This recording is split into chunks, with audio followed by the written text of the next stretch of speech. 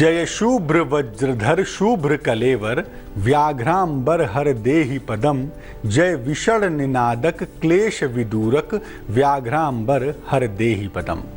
नमस्कार, बहुत स्वागत है आपका और आप सबको बहुत सारी शुभकामनाएं भी हैं महाशिवरात्रि की, भगवान शिव की करुणा की। और आप देख रहे हैं अपना पसंदीदा कार्यक्रम किस्मत कनेक्शन।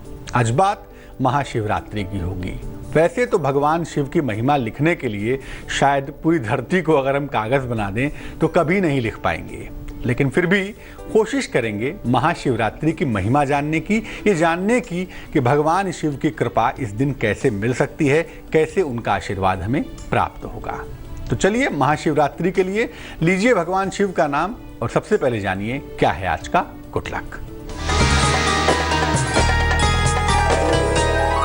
शिवलिंग की पूर्ण परिक्रमा कभी नहीं करेंगे, ऐसा मानते भी हैं और ऐसा करना भी चाहिए। अगर आप परंपरागत तरीकों को मानते हैं तो शिवलिंग की पूर्ण परिक्रमा कभी नहीं करेंगे, अर्ध परिक्रमा ही करेंगे। शिवलिंग के आगे जो वेदी निकली हुई होती है उसको क्रॉस नहीं करेंगे, वहां तक जाएंगे फिर लौट के आएंगे, फिर यहां तक जाएंगे फिर लौट के आएंगे। शिवलिंग की पूर्ण परिक्रमा नहीं करेंगे, अर्ध परिक्रमा ही शिवलिंग की संपूर्ण परिक्रमा मानी जाती है। सबसे पहले जानते हैं कि शिवरात्रि का पर्व क्या है और इसकी महिमा क्या है। भाई, शिवरात्रि हिंदू परंपरा का एक बहुत बड़ा पर्व है। फाल्गुन कृष्ण पक्ष की चतुर्दशी को शिवरात्रि हम मनाते हैं। ऐसा मानते हैं कि इस दिन शिव जी का प्राकट्य हुआ था, लेकिन मैं फिर कहूंगा ऐसा मानते हैं। जो ज्यादा प्रामाणिक मान्यता है वो ये है कि शिवरात्रि के दिन भगवान शिव का विवाह हुआ था मां पार्वती के साथ। तो शिव जी आनंद की मुद्रा में रहते हैं। वैसे तो आशुतोष तो हैं ही, वो प्रसन्न तो रहेंगे ही, लेकिन महादेव भगवान शिव जब उनकी शरण में हम जाते हैं और उनसे अपनी प्रार्थना रखते हैं, अपनी प्रार्थना कहते हैं, तो यकीनन आपको जीवन में सुख की प्राप्ति होती है। और वो काम केवल शिव के ही बस का है कि वो आपके दुख में दुखी हों और आपके सुख में सुखी हों। इसीलिए उनसे अपना कनेक्शन जोड़ने के लिए आपको शिवरात्रि का पर्व मनाना चाहिए। इस दिन आप निराहार रहें, आहार ग्रहण न करें, व्रत रखें, उपवास रखें, मंत्रों का जप करें और रात्रि में जागरण करें तो विशेष अच्छा होगा। इस बार महाशिवरात्रि का महापर्व 7 मार्च को मनाया जाएगा, तो 7 मार्च को आप महाशिवरात्रि मना सकते हैं। चर्चा को आगे बढ़ाएंगे और बात महाशिवरात्रि पर और भी कुछ होगी, लेकिन उसके पहले मेष, वृष और मिथुन राशि का राशिफल।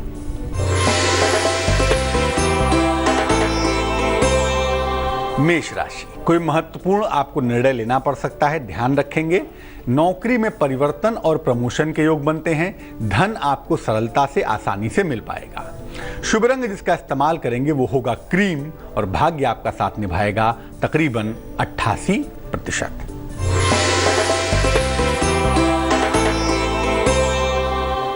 वृष राशि, नौकरी और व्यवसाय में आपको बड़ा अवसर मिलता हुआ दिखता है।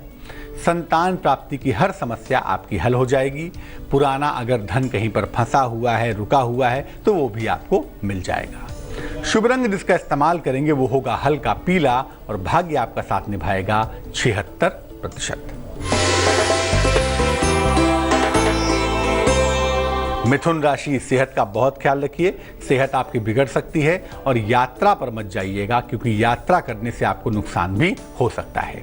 संतान को लेकर कहीं ना कहीं आपके मन में चिंताएं दिखाई दे रही हैं, लेकिन चिंता मत करिए, सही समय पर इसका सही सलूशन निकल आएगा। शुभ रंग आपका सुनहरा होगा और भाग्य आपका साथ निभाएगा तकरीबन 50%। अब ये जानते हैं कि महाशिवरात्रि पर भगवान शिव की उपासना कैसे करेंगे, तरीका क्या होगा। प्रातः काल स्नान करके भगवान शिव की पूजा का संकल्प लेंगे कि आज महाशिवरात्रि के इस पर्व पर मैं भगवान शिव की पूजा करूंगा या करूंगी और भगवान शिव की करुणा, उनकी कृपा हमें मिल पाए, ये प्रार्थना करेंगे। इसके बाद सूर्य को अर्घ्य देंगे, सूर्य को जल अर्पित करेंगे और शिव जी को भी जल चढ़ाएंगे। सूर्य देव को जल देने के बाद भगवान शिव को जल चढ़ाएंगे। और मेरा विनम्र निवेदन है अपने दर्शकों के साथ कि जल बहुत ज़्यादा बर्बाद नहीं करेंगे, जल थोड़ा सा ही अर्पित करेंगे, तब भी महादेव की कृपा आपको प्राप्त होगी, क्योंकि शिव तो एक बूंद जल से और एक बूंद आंसू से भी प्रसन्न हो जाते हैं। तो शिव है ना, इसीलिए जल थोड़ा सा ही अर्पित करेंगे। इसके बाद पंचोपचार पूजन करेंगे। दूध, दही, शहद, शक्कर, घी जरा जरा सा अर्पित करके, फिर जल अर्पित करके, फिर शिव जी के मंत्रों का जप करेंगे। अब शिवरात्रि का मतलब क्या है? शिव जी की रात्रि, तो रात्रि का मामला ज्यादा हुआ ना, तो रात में भगवान शिव के मंत्र आप जप सकते हैं। नमः शिवाय जप लें, ओम नमः शिवाय जप लें, ओम नमो भगवते महादेवाय जप लें, जो भी जप लें। तो शिव जी के मंत्र तो आप जपेंगे ही जपेंगे। इसके अलावा आप रुद्राष्टक का पाठ कर सकते हैं। नमामि समीशान निर्वाण रूपम विभुम व्यापकम ब्रह्म वेद स्वरूपम, या शिव स्तुति का पाठ कर सकते हैं। जय शुभ्र वज्रधर शुभ्र कलेवर व्याघ्रांबर हर देहि पदम, जय विषण निनादक क्लेश विदूरक व्याघ्रांबर हर देहि पदम। अगर आप 4 पहर पूजन करते हैं, क्योंकि शिवरात्रि पर 4 पहर की पूजन की भी परंपरा पाई जाती है, तो पहले पहर में यानी सुबह के समय दूध अर्पित करेंगे भगवान शिव को। दूसरे पहर में दोपहर के समय में दही अर्पित करेंगे। तीसरे पहर में यानी शाम के समय घी अर्पित करेंगे। और चौथे यानी रात के अंतिम पहर में हल्का सा शहद और जल अर्पित करके पूजन करेंगे। हर पहर में थोड़ा थोड़ा सा जल जरूर अर्पित करेंगे। बिना जल के शिव जी की पूजा संपूर्ण नहीं हो सकती। और ये बात समझ लीजिए कि जल रहेगा तभी शिव जी की पूजा होगी, इसलिए जल का संचयन करना बहुत जरूरी है। शिवरात्रि के दिन तमाम समस्याओं से मुक्ति पाने के प्रयोग भी होते हैं, और ये मुक्ति पाने के प्रयोग हम आपको आगे बताएंगे। लेकिन पहले कर्क, सिंह और कन्या राशि का राशिफल।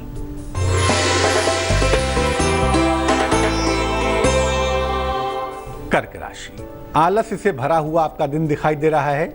जीवन साथी के साथ आपको तनाव हो सकता है, इसका आप ध्यान रखेंगे। धन और उपहार की प्राप्ति भी आपको अवश्य होगी, यकीनन होगी। शुभ रंग जिसका इस्तेमाल करेंगे वो होगा फिरोजी, और भाग्य होगा आपके पास 71%।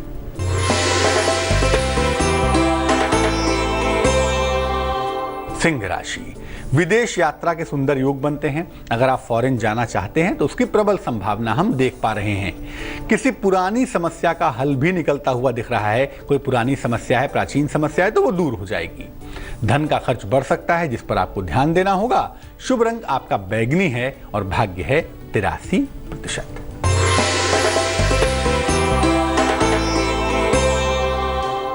कन्या राशि, विवाह और प्रेम के मामले आपके हल होते हुए दिखाई दे रहे हैं। किसी नई संपत्ति का आप क्रय कर सकते हैं, उसके योग बनते हैं। नौकरी और जीवन में नए अवसर भी मिलते हुए दिखाई देंगे। शुभ रंग आपका हरा होगा और भाग्य होगा 75%। हमें चेंबूर से एक मेल लिखा है, एक लड़की ने अपने पिता के लिए लिखा है, और पिता के लिए बहुत परेशान होकर मेल लिखा है, इसलिए मेल बहुत महत्वपूर्ण है। इनके पिता का नाम है लखीमचंद कोटुमल साधवानी। जन्म की तारीख है 25 जून 1965 और जन्म का स्थान है चेंबूर।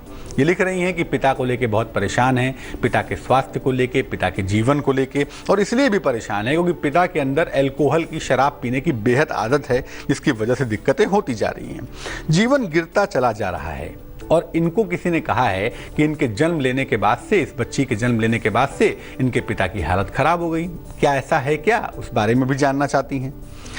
देखो, मैं आपको बता दूं कि आपके पिताजी की जो कुंडली हम बना पा रहे हैं, संभावित कुंडली, इस कुंडली में राहु और शनि दोनों ही बेहतर नहीं हैं, और इन दोनों के बेहतर न होने से जीवन में उतार चढ़ाव बहुत होता है, जीवन में मुश्किलें बहुत आती हैं, जीवन में समस्या बहुत होती है, और जाने अनजाने हम किसी प्रॉब्लम में पड़ जाते हैं। तो वो बात यहाँ दिख रही है। लेकिन हम ये नहीं कह सकते कि आपके जन्म लेने की वजह से ऐसा हुआ। ऐसा बिल्कुल नहीं हुआ, क्योंकि किसी भी बच्चे का जन्म अशुभ या शुभ नहीं होता। हर बच्चा ईश्वर के अंश से प्रकट होता है, तो ईश्वर को हम शुभ और अशुभ कह के कैसे पाप मोल लें? इसलिए कोई भी जन्म अशुभ नहीं होता, ये बात दिमाग से निकाल दीजिए। हाँ, पिताजी को बेहतर करने के 2 उपाय हम आपको बताते हैं, जिनको आप करेंगी तो लाभ होगा। एक तो अपने घर में आप थोड़ी सी सुगंधित माहौल बनाइए। अपने घर में चंदन की सुगंध वाली अगरबत्ती या धूप बत्ती जलाइए, बेहतर होगा। घर के बीचों बीच जला दें, ताकि जो धुआं है धीरे धीरे फैले, धीरे धीरे सुगंध फैले। ऐसा मत जलाइएगा कि सफोकेशन होने लगे, आपका दम घुटने लगे। बेहतर है बीचों बीच में कहीं जला दीजिएगा। दूसरा ये है, एक पुस्तक आती है बहन जी, उसका नाम है गजेंद्र मोक्ष। गजेंद्र मोक्ष अगर आप संस्कृत में पढ़ पाएं तो बहुत अच्छा है, नहीं तो हिंदी में ही इसका पाठ करिए और उसमें डूबकर उस भाव को समझने की कोशिश करिए। अगर भाव को समझकर आप गजेंद्र मोक्ष का पाठ करें तो मुझे लगता है आपकी तमाम मुश्किलें दूर हो जाएंगी। अब ये जानते हैं कि शिवरात्रि में कौन कौन से विशेष प्रयोग करके हमें क्या क्या फायदा होगा। सबसे पहले बात करते हैं धन की, क्योंकि दुनिया में लोगों को लगता है कि भैया अगर धन नहीं तो कुछ भी नहीं। तो धन की प्राप्ति के लिए पहला प्रयोग आपको बताते हैं। देखिए, दूध, दही, शहद, शक्कर और घी, ये 5 चीजें जो पंचामृत में इस्तेमाल की जाती हैं, दूध, दही, शहद, शक्कर और घी, इन चीजों से भगवान शिव का अभिषेक करिए, भगवान शिव को ये चीजें अर्पित करिए। इसके बाद भगवान शिव के ऊपर जल की धारा गिराइए और फिर धन प्राप्ति के लिए प्रार्थना करिए। अगर आप ऐसा करते हैं तो आपको लाभ जरूर होगा, लेकिन जो सामग्री हम आपको बता रहे हैं उसको बहुत सारा वेस्ट नहीं करेंगे, जरा सा प्रतीकात्मक रूप से शिवलिंग पर लगाते जाएंगे और फिर जल डालकर भगवान शिव से प्रार्थना करेंगे धन की प्राप्ति के लिए, तो यकीनन आपको धन की प्राप्ति होगी। अब जानते हैं कि संतान प्राप्ति के लिए क्या प्रयोग करेंगे। देखिए, इसके लिए आप शिवलिंग पर जरा सा देसी घी ले लीजिएगा, जरा सा देसी घी हाथ में ले लीजिए और शिवलिंग पर चारों तरफ से प्रेम से लगाइए। फिर जल की पतली सी धारा शिवलिंग पर अर्पित करिए और इसके बाद भगवान शिव से संतान प्राप्ति की प्रार्थना करिए।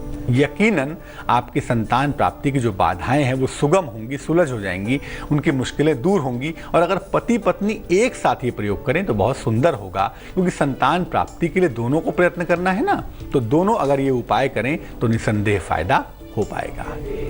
तुला, वृश्चिक और धनु राशि वालों का वक्त कैसा चल रहा है, आइए जानते हैं।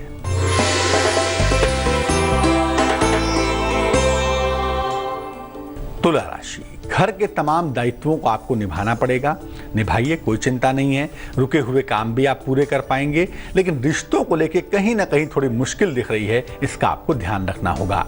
देखिए, एक बात बता दूं, आज के दिन शुभ रंग का इस्तेमाल करेंगे, शुभ रंग होगा नीला और भाग्य होगा 67%।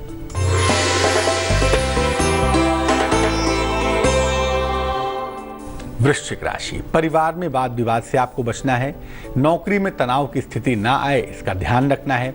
काफी धन आपको खर्च करना पड़ सकता है, इस मामले में लापरवाही नहीं करेंगे। शुभ रंग आपका सफेद होगा और भाग्य होगा 53%।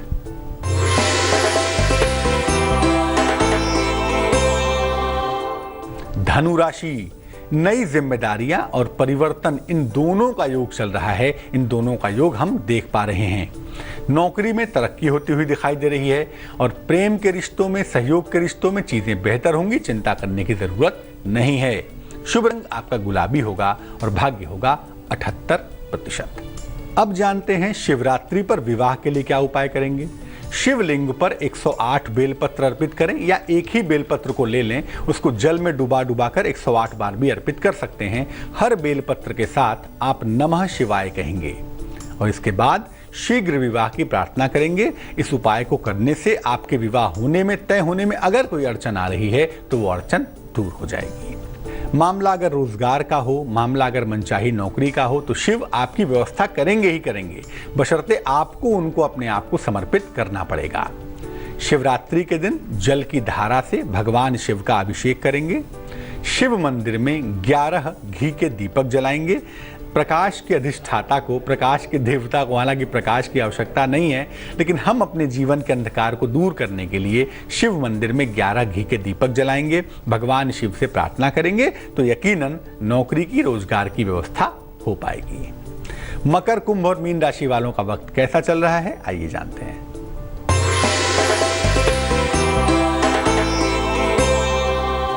मकर राशि, दिन भर आपको दौड़ भाग करनी पड़ेगी, उससे छुटकारा नहीं मिल रहा है।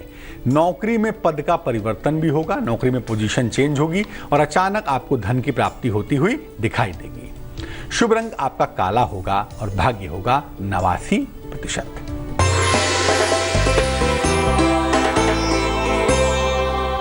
कुंभ राशि, कोई पुरानी इच्छा आपकी पूरी होती हुई देख पा रहे हैं हम।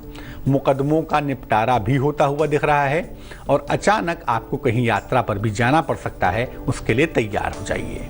शुभ रंग जिसका इस्तेमाल करेंगे वो होगा आसमानी और भाग्य होगा आपके पास 90%।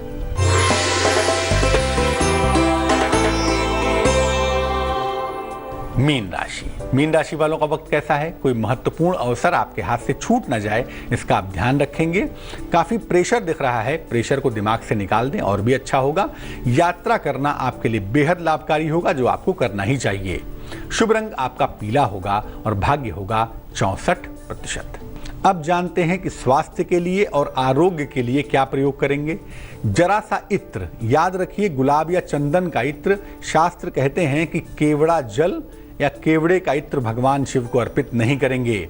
तो गुलाब या चंदन का इत्र भगवान शिव को अर्पित करेंगे जरा सा, उसके बाद जल अर्पित करेंगे और मंदिर में ही कहीं किनारे बैठ जाइए या भगवान शिव के सामने बैठ जाइए और एक मंत्र जपेंगे। मंत्र देखिए, ओम जूं सह माम पालय पालय, ओम जूं सह माम पालय पालय। इस मंत्र का 11 माला अगर आप जप करें तो आपके लिए विशेष अच्छा होगा और संभव हो तो रुद्राक्ष की माला भी आप गले में धारण कर लें, उससे भी आपको लाभ होगा। चलिए अब जानते हैं क्या है आज की सलाह। अगर काफी उम्र बीत जाने के बावजूद विवाह नहीं हो पा रहा है तो क्या करेंगे? शिवरात्रि के दिन भगवान शिव का श्रृंगार करवाएंगे। प्रतीकात्मक रूप में हम शिवलिंग को ही भगवान शिव का रूप मानते हैं, तो उसी का श्रृंगार करवाएंगे या करवाएंगी और इसके बाद प्रार्थना करेंगे भगवान शिव से या करेंगी प्रार्थना, तो आपका विवाह शीघ्र से शीघ्र हो पाएगा। तो आज के लिए किस्मत कनेक्शन में बस इतना ही। आशा हम यही करेंगे कि भगवान शिव की कृपा हम सबको मिलती रहे, आनंद देती रहे।